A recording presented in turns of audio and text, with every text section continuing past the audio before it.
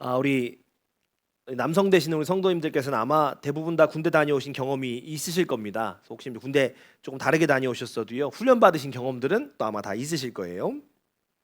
그럼 이제 훈련소에 딱 들어가면 뭐부터 할까요? 우리가 상상하기에는 훈련소를 딱 들어가면 제일 먼저 막 뛰어다니고 총 쏘고 막 굴러다니고 막 사냐를 막 뛰어다닐 것 같잖아요. 근데 훈련소에 딱 처음 들어가면 시키는 게 있습니다. 바느질을 시켜요. 처음 하는 게 바느질입니다. 그러니까 이 전투복 같은 거 다 나눠주고요, 자기 이름 바느질하게 시켜요. 예, 그 진짜 어려워합니다. 바느질들 안 해봐서요. 제일 처음에 가면 이제 바느질 시켜요.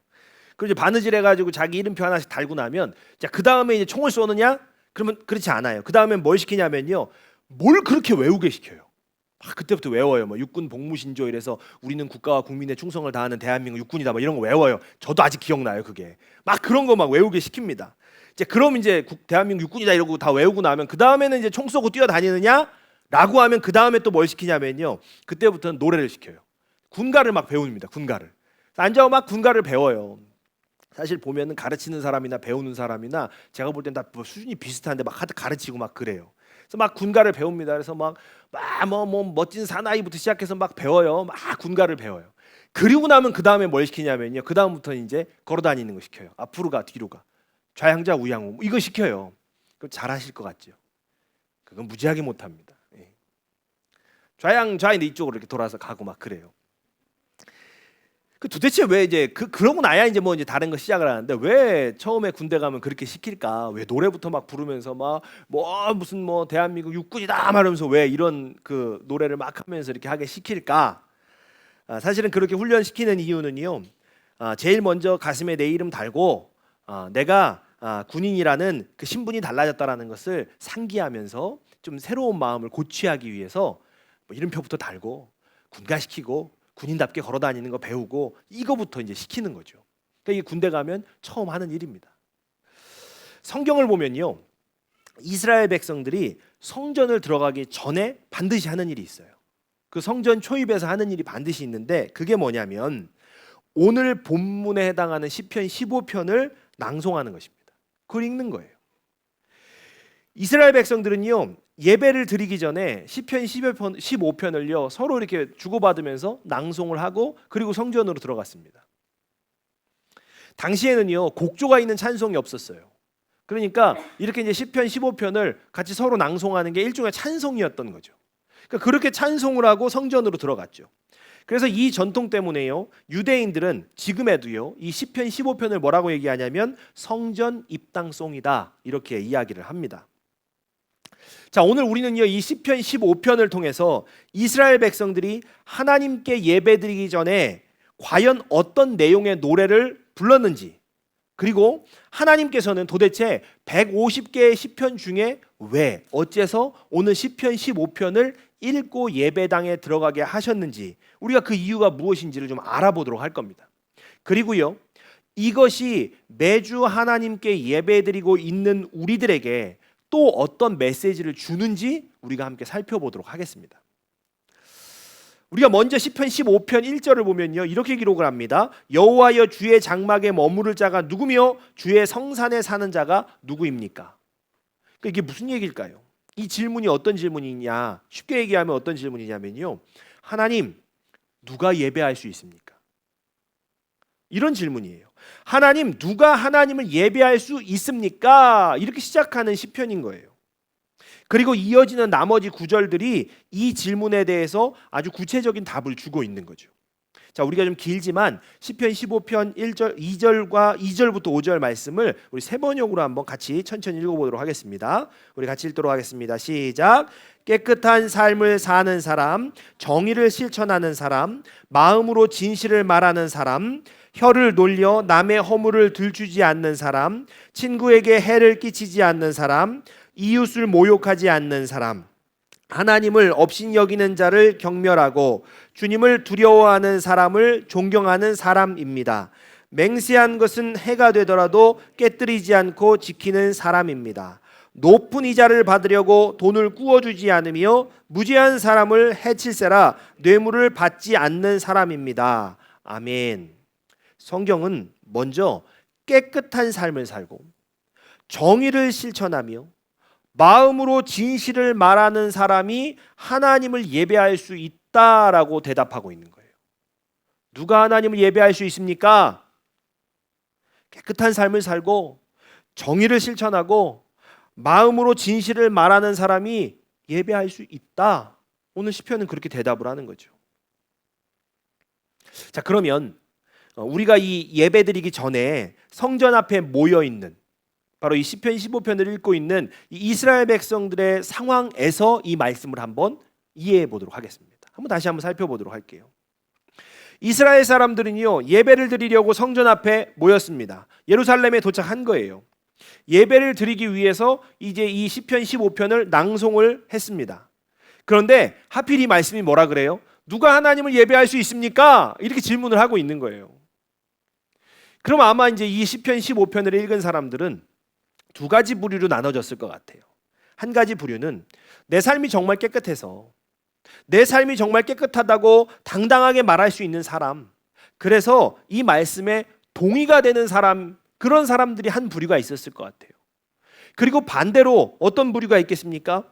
내 삶이 깨끗하다고 당당하게 말할 수 없어서 이 말씀이 마음에 걸리는 사람들이 있었을 거예요. 예배하러 들어가려고 하는데 깨끗하게 살지 못했고 정의롭게 살지 못했고 진실을 말하지 않고 거짓말을 했던 사람들은요, 이 말씀이 마음에 걸렸을 것입니다. 또 시편 15편을 보면 예배할 수 있는 사람은 어떤 사람이다라고 이야기합니까? 남의 허물을 들추지 않고 이웃을 모욕하지 않는 사람이라고 하는 거예요. 그러면 평소에 남을 욕하고 남의 허물에 대해서 쉽게 이야기했던 사람은 예배드리기 전에 이 구절을 보면 마음이 불편했을 겁니다. 마음에 막 걸리는 거죠. 나머지 구절들도 마찬가지예요. 뭐라고 기록합니까? 맹세한 것은 깨뜨리지 않고 지키는 사람이 하나님을 예배할 수 있다라고 기록해요. 그러면 말은 번지르하게 하고 했는데 지킨 것이 없는 사람은 이 말씀이 불편한 거예요. 높은 이자를 받지 않고 뇌물을 받지 않은 사람이 하나님을 예배할 수 있습니다. 그러면 돈 벌기 위해서 정직을 버린 사람은 예배하기 전부터 이게 아주 불편한 거죠.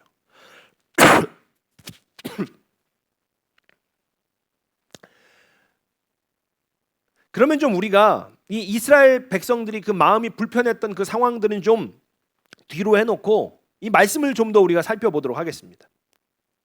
이 말씀을 가만히 살펴보면 하나님을 예배할 수 있는 사람의 조건이 좀 특이합니다.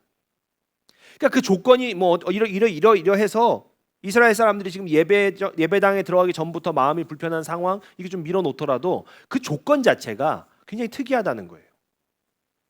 그 조건이라는 것이 전혀 종교적인 성격을 띠지 않고 있다는 거죠. 전혀.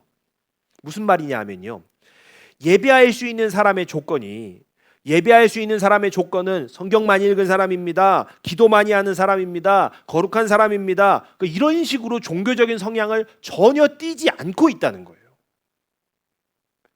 고대의 신전 문화를 보면 그 신전에서 예배할 수 있는, 그 신전에 들어가서 뭔가 다른 신을 섬기더라도 그 신전에서 다른 신을 섬길 수 있는 그 조건 자체를 보면 이 조건이요, 굉장히 대단히 종교적이거나 혹은 어떻습니까? 굉장히 음란했습니다. 그러니까 둘 중에 하나였어요. 그런데 하나님께서는 전혀 종교적인 얘기를 안 하고 계시는 겁니다. 도리어 아주 우리의 일상과 밀접하게 관련된 조건을 제시하고 계시는 거죠. 하나님을 예배하려면 적어도 부끄럽지 않게 내 삶은 깨끗합니다 말할 수 있는 사람으로 살아라.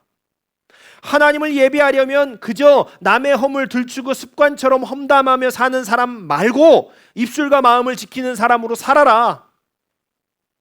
말은 쉽게 하면서 행동으로 하는 것은 없는 사람 말고 적어도 내가 내뱉은 말은 내가 지킬 수 있는 사람으로 살아라. 돈은 조금 벌겠다고 양심 팔지 않는 사람으로 살아라. 나를 예배하려면 이렇게 살아라. 이것이 성경이 말하고 있는 예배하는 사람의 조건입니다. 그러니까 하나님을 예배한다는 것은, 하나님을 예배하는 것은 예배당 안의 열심과는 거리가 먼 거예요. 예배당 안이 아닌 예배당 밖의 일상이 하나님을 예배하는 것과 도리어 아주 긴밀하게 연결되어 있습니다. 그러므로 하나님을 믿는다는 사람들은, 하나님을 예배한다는 사람들은 예배당 밖에서의 삶을 대단히 중요하게 생각해야 합니다. 교회 안에 들어와서 어떻게 해야 될까? 그것보다 교회 밖에서 어떻게 살 것인가를 더 먼저, 더 중요하게 생각해야 하는 것입니다. 한국교회는요, 아주 오랫동안 교회 안에서의 봉사와 헌신을 대단히 중요하게 강조해 왔습니다. 그런데 오늘 성경을 보면 이것은 예배자의 조건이 아닙니다. 성경은 예배자의 조건을요, 분명하고 명확하게 제시하고 있습니다. 먼저 성전 밖의 삶을 제대로 살라는 것입니다. 성전 밖의 삶이 무엇입니까? 지금 우리가 모여있는 이 시간을 제외한 모든 시간이에요. 지난주 예배를 마치고 교회 바깥으로 나가는 순간부터 지금까지, 오늘 다시 예배를 드리러 이 성전에 들어오기 전까지의 모든 시간이 성전 밖에서의 시간이에요. 그렇다면 내가 그 시간들을 어떻게 살았는지 우리 스스로 한번 복기해 보도록 하겠습니다. 우리가 성전 밖의 시간을 사는 동안 우리는 그 시간 동안 어떻게 살아야 했습니까? 먼저 하나님 보시기에 깨끗한 삶을 살아야 했습니다. 그런데 오늘 본문은요, 깨끗한 것이 무엇인지 명확하게 정의하고 있지 않습니다. 그 이유는 무엇이냐면 깨끗한 삶이 무엇인지는 스스로 알기 때문입니다. 이것이 깨끗한 것이다 정의 내리지 않아도요, 내 삶이 깨끗한지 아닌지는 사실 스스로 알 수 있습니다. 내가 교회 밖을 나가는 순간부터 다시 교회 안으로 들어오기까지 깨끗한 삶을 살았는지 아닌지 내 스스로가 알 수 있습니다. 또 나는요, 정의롭게 살아야 했습니다. 그저 내가 잘 먹고 잘 살고 평안하게 사는 것만 중요한 게 아니라 세상의 부조리함과 약자들이 받는 고통에 관심을 가질 줄 알아야 했습니다. 나의 간절한 바람, 소망을 위한 기도 사이에요, 그들을 위한 한 줄의 짧은 기도라도 띄워 보낼 줄 알아야 했던 거예요. 또 나는요, 진실을 이야기했어야 했습니다. 정확하게 알지 못하면서 이랬다 저랬다 쉽게 말을 옮기며 진실을 왜곡시킨 것들, 나의 생각과 감정을 솔직하게 표현하지 못한 것들, 아첨하는 말들, 잠깐의 불편을 모면하려고 거짓말했던 것들, 다 진실을 이야기하지 못한 것들입니다. 또 혀를 놀려 남의 허물을 들추지 말았어야 했습니다. 남의 허물을 얘기하지 않으면 대화를 이어가지 못하는 사람들이 얼마나 많습니까? 그리스도인들조차도요, 그 그리스도인들의 그 도마에 올려져서 난도질 당하는 사람들이 얼마나 많냐는 거예요. 안타깝게도요, 죄인인 인간의 뇌는요, 누군가를 험담하고 함께 맞장구 칠 때 막 도파민이 분비됩니다. 이 쾌감에 중독되어서 남 욕을 안 하면 대화가 재미없어지는 지경까지 되는 거예요. 험담은 내가 앉아서 입만 벌리면 쉽게 할 수 있는 쾌락과 즐거움입니다. 사람들은 그렇게 헛헛하고 지루한 나의 삶을 험담으로 채우고 있는 거죠. 그래서 험담을 많이 한다는 것은 결국 어떤 얘기입니까? 지금 내 삶에서 행복을 느끼지 못하고 있다라는 반증이기도 한 거예요. 우리는 이제요, 험담으로 공허한 삶을 채우는 습관을 버려야 합니다. 가십과 소문에 자극받고 재미를 느끼는 일상에서 벗어나셔야 돼요. 뭐 다른 얘기가 없나 궁금해하지 말아야 합니다. 가만히 앉아서 입만 움직이면 얻을 수 있는 쾌락이 아니라 더 건강한 방법으로 내 삶을 채울 수 있는 것들을 찾으셔야 돼요. 더 건강한 방법으로 행복해지고 즐거워할 수 있는 방법을 찾아야 합니다. 예배당 밖의 일상이 그래야 하는 것입니다. 또 내가 말한 것은 지키며 살았어야 합니다. 돈에 욕심내지 말아야 했습니다. 그리스도인들 중에 나는 돈에 크게 욕심내지 않는다고 생각하는 사람들이 있습니다. 아유, 나는 뭐 그렇게 돈에 욕심 안 내, 이렇게 생각하는 사람도 있지요. 자, 그런데 돈에 욕심을 낸다는 것은 돈을 더 벌기 위해서 양심을 저버리는 행위만 얘기하는 것은 아니에요. 돈에 욕심낸다는 것은 돈 때문에 일어나는 감정들 때문에 내 삶이 영향을 받는 것, 이거 다 포함하는 것입니다. 돈 때문에 일어나는 불안과 걱정, 두려움, 돈 때문에 화가 나고 다투는 것들, 돈 걱정 없이 사는 부유한 누군가를 보면서 일어나는 시기와 질투심, 이렇게 돈 때문에 일어나는 여러 가지 감정에 자꾸 내가 휩싸인다면 사실 나는 돈에 욕심 내는 사람입니다. 돈에 욕심이 있는 사람인 거예요. 사실 여기에 해당 안 되는 사람이 얼마나 있겠습니까? 그러니까 교회 밖 일상에서요, 돈에 욕심 부리며 사는 사람이 정말 많은 것입니다. 자, 우리가 이제 다시 성전 앞에 모여 있는 이스라엘 백성들의 상황으로 돌아가겠습니다. 이 사람들이 예배를 드리러 와서 누가 예배할 수 있습니까? 라는 질문을 들었어요. 그리고 그 답들을 쭉 들었습니다. 그 질문에 대한 답을 읽어 내려갈수록 어떤 마음이 들었을까요? 아마도 우리가 지금 내 삶을, 내 예배당 밖에서의 시간들을 복기해 본 이 쭉 이야기들을 들었던 마음과 비슷하지 않을까요? 그 말씀을 읽을수록 내가 하나님을 예배할 수 없는 사람이라는 것, 그 자격이 없는 사람이라는 생각이 들었을 것입니다.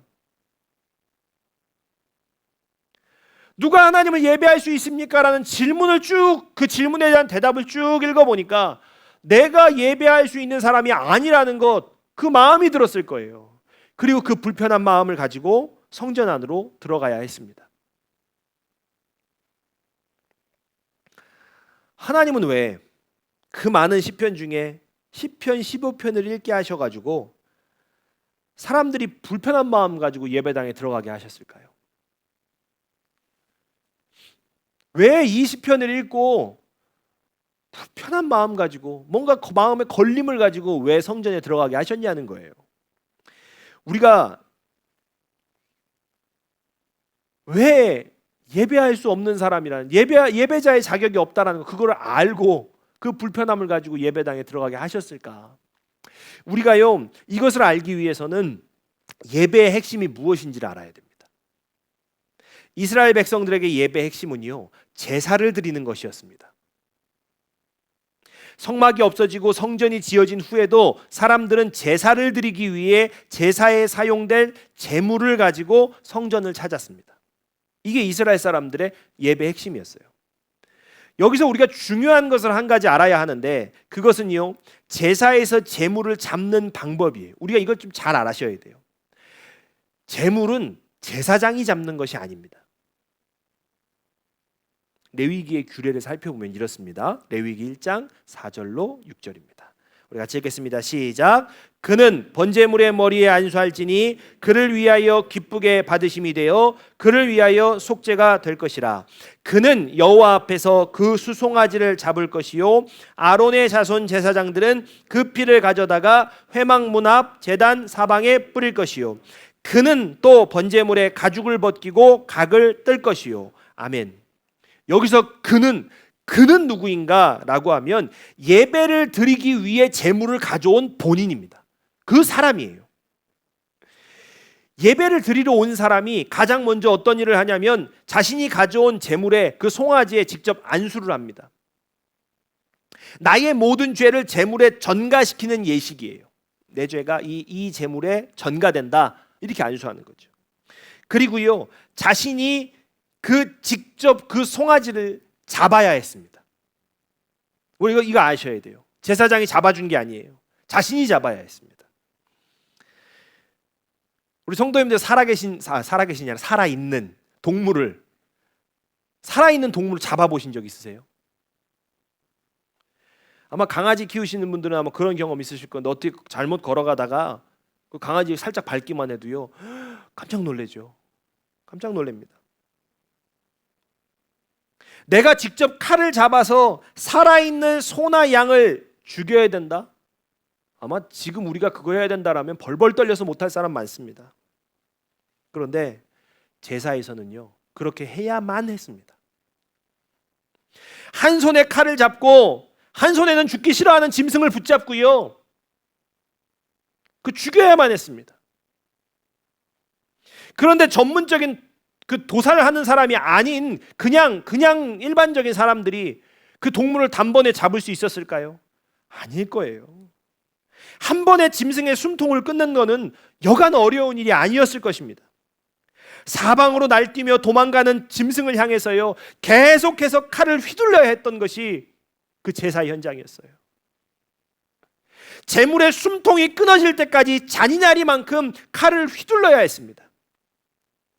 사방에 피가 튀기고요. 그 본인은 어땠겠어요? 나는 온몸이 피투성이가 될 때까지, 그때가 돼서야 그 짐승의 숨통이 끊어졌을 거예요. 그런데 여기가 끝이 아닙니다. 성경은 뭐라고 얘기해요? 그리고 이제 그 제물의 가죽을 벗겨야 한다는 거예요. 이것도 예배드리러 나온 사람이 하는 일입니다. 얼마나 질긴지 쉽게 벗겨지지 않는 가죽과 사투를 버려야 했을 거예요. 온몸에 정말 피칠 가부라고요. 번제단 앞에서 그 짐승의 가죽을 막 벗겨내야 되는 게, 그게 예배드리러 나온 사람이 해야 될 일이었어요. 가죽을 벗기고 나면 이제 그 다음은 뭐 해야 됩니까? 각을 떠야 됩니다. 칼로 제물의 힘줄을 끊어내고 뼈를 내리쳐서 조각조각 쳐내야 합니다. 이 모든 과정이 끝나면 그제서야 마침내 제물을 완전히 태워서 번제를 드릴 수 있었습니다. 그런데 왜 이렇게 끔찍한 과정을 거쳐서 제물을 죽여야만 했던 것일까요?